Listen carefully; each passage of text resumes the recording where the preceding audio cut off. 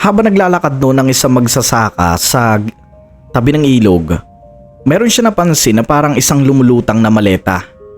Yung maleta na to medyo malaki siya, parang life size na maleta, yung talagang malaki siya, pang ibang bansa.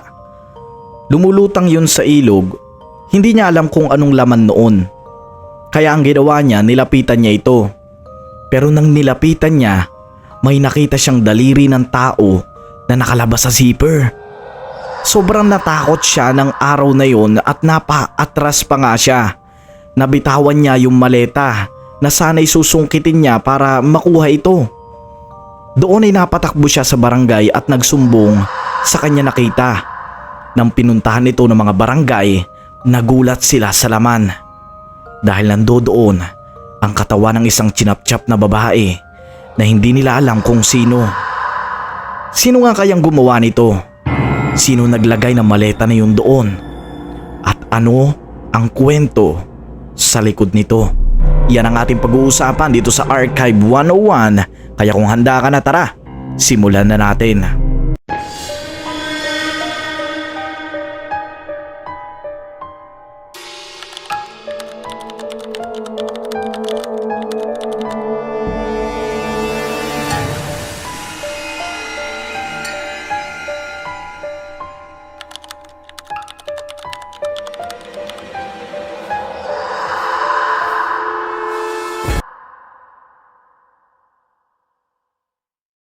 Magi-start yung kwento nating ito sa pagpapakilala sa mga tauhan. So syempre nandirito yung lalaki at yung babae na mag-asawa. Ito nga sina Ricardo at Elea. Si Elea, isa po siyang flight attendant. At yung lalaki naman, isa siyang business owner. So makikita natin dito, maganda naman yung buhay na mag-asawa actually. Maganda yung siguro yung flow ng pera na pumapasok sa kanila. Kasi yung Elea, flight attendant, alam naman natin maganda rin yung sahuran dyan. Tapos itong si Ricardo, isang business owner. Hindi na lang din natin sasabihin kung anong business para na rin siguro sa privacy nitong mga tauhan natin. So maganda naman yung buhay nitong si Ricardo at Elea. At ang totoo niyan, marami silang mga lupa, mga bahay na naipundar dahil sa kanilang pagtutulungan. So maganda yung takbo ng buhay nila. Itong si Elea, pumapasok siya bilang flight attendant minsan siguro mga 3 beses sa isang buwan. So pumupunta siya ng iba't ibang lugar. Masaya naman siya sa kanyang asawa. Wala naman ako nakikitang nung una na hidwaan sa dalawa. Ito naman lalaki na si Ricardo, busy siya sa kanyang business dahil nga isa siyang business owner. So minsan-minsan na lang siguro sila magkasama na itong asawa niya kasi siguro pag uuwi na lang sa bahay, doon na lang sila nagkakasama. Pero dahil nga busy sila sa bawat buhay nila, isang flight attendant, isang business owner, siguro wala na rin silang time sa bawat isa. At doon na nga papasok ang isang bagay na nangyari sa pamilya nitong dalawa. Unang-una po, wala pa pong anak si Elea at si Ricardo. Habang nasa flight, itong babae na si Elea, napansin niya yung piloto na palaging tumitingin sa kanya. Siguro matagal na rin sila magkakilala, siguro magkaibigan na rin sila dati. Pero lagi niya napapansin na parang habang tumatagal, lumalalim yung pagtingin nito sa kanya. Which is alam niya nung una na mali ito dahil nga meron na siyang asawa. At yung asawa niya na yun ay itong si Ricardo na isang business owner. So itong flight attendant siguro dahil at medyo na-attract din siya dito sa piloto kasi nga isipin mo piloto yun di ba? Parang nagkameron din siya ng konting feelings dito sa piloto na to. Nakarating naman kay Ricardo ang medyo konting-konting chismis about sa nangyayari sa asawa niyang si Elea. Na maraming mga balita nakarating kay Ricardo na meron daw itong kinakasama sa company nila.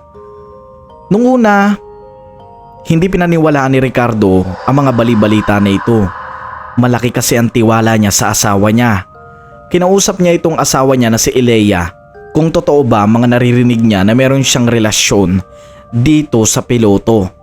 Sinabi ng flight attendant, wala. At sinabi niyang trabaho lang ang ginagawa niya. Sinabi niya pa sa asawa niya na wala itong dapat na ikatakot dahil hindi niya kayang lukuhin ang asawa niya na si Ricardo. Siyempre itong si Ricardo siguro, naramdaman niya na siguro, mahal naman siguro talaga ako nito. Hindi naman siguro ako lulukuhin nito. Kaya nagtiwala siya dito kay Elea. Pero sa pagtitiwala niyang yun, mas lalo pang lumalalim ang nabubuong pagmamahalan sa pagitan ng piloto at nitong flight attendant. At ayun na nga, dumating na nga sa punto habang pauwi noon si Elea.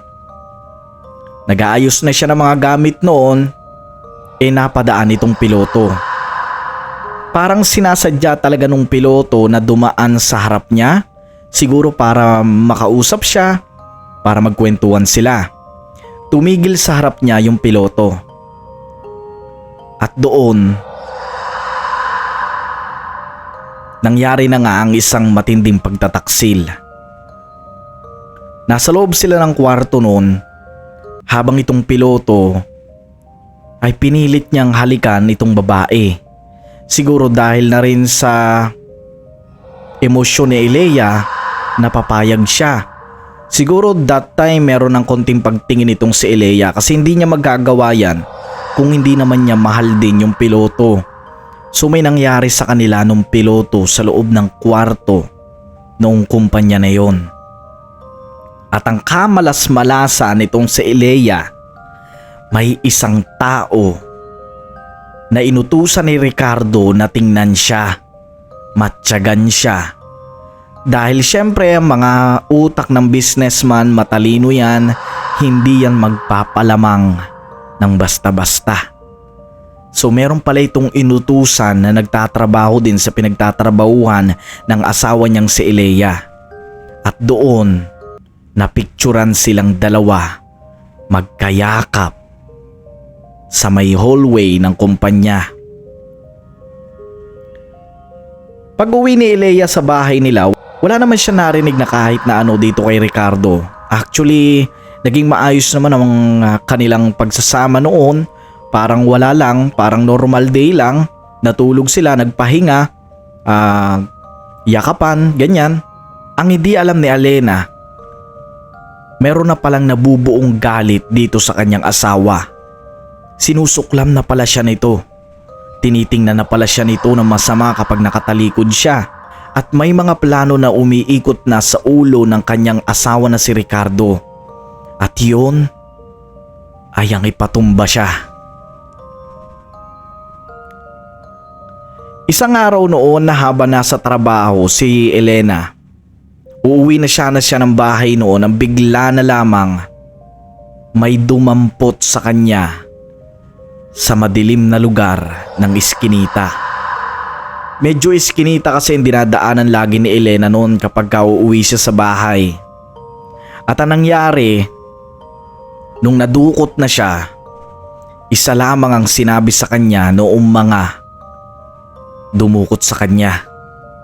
Ang sinabi ng mga ito sa kanya, nagtaksil ka sa asawa mo.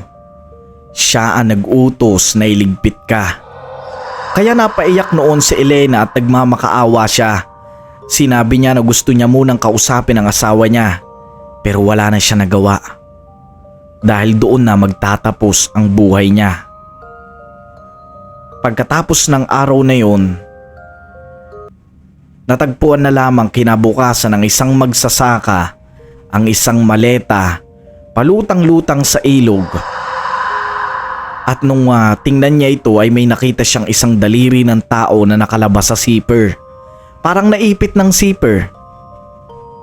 Kaya napatakbo siya sa barangay at nagsumbong siya agad kung ano yung nakita niya kasi hindi normal yung nakita niya eh. Nagulat siya eh.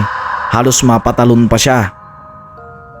At doon nalaman, isa pala itong bangkay, isang katawan ng tao na chinap-chap. Alam nilang babae ito pero hindi nila alam kung ano ang pagkakakilanlan. Hanggang sa nakita nila ang ID nito. Elena ang nakalagay. At doon nila nalaman na ito ay asawa ng isang businessman. Tumakbo ng tumakbo ang investigasyon sa kasong ito. Maraming mga tao na involved sa pangyayaring ito. Pati na rin ang piloto na naipit pa sa pangyayaring ito. Pero habang tumatagal, sumuko ang isa sa mga lumigpit kay Elena. Doon niya ikinuwento ang lahat at itinuro niya na ang mastermind ay ang asawa mismo nito na si Ricardo. Kaya naman agad na inimbestigahan itong si Ricardo at kalaunan ay dinakip din siya. Hindi nagtagal ay napatawan din siya ng pagkakakulong dahil nga sa krimen na nagawa nila. Ano nga ba makukuha nating moral lesson sa kwentong ito? Minsan may mga bagay na dahil sa emosyon ay nagagawa natin. Dapat hindi tayo magpadalos-dalos sa mga gagawin nating aksyon dahil minsan ito na rin ang tatapos sa buhay mo kung magkamali ka. Kaya naman ito nga pala ang Archive 101 at kung nagustuhan mo ang ating kwento, mag-subscribe, hit na rin ang notification bell. Magsama-sama tayo ulit bukas. Peace out.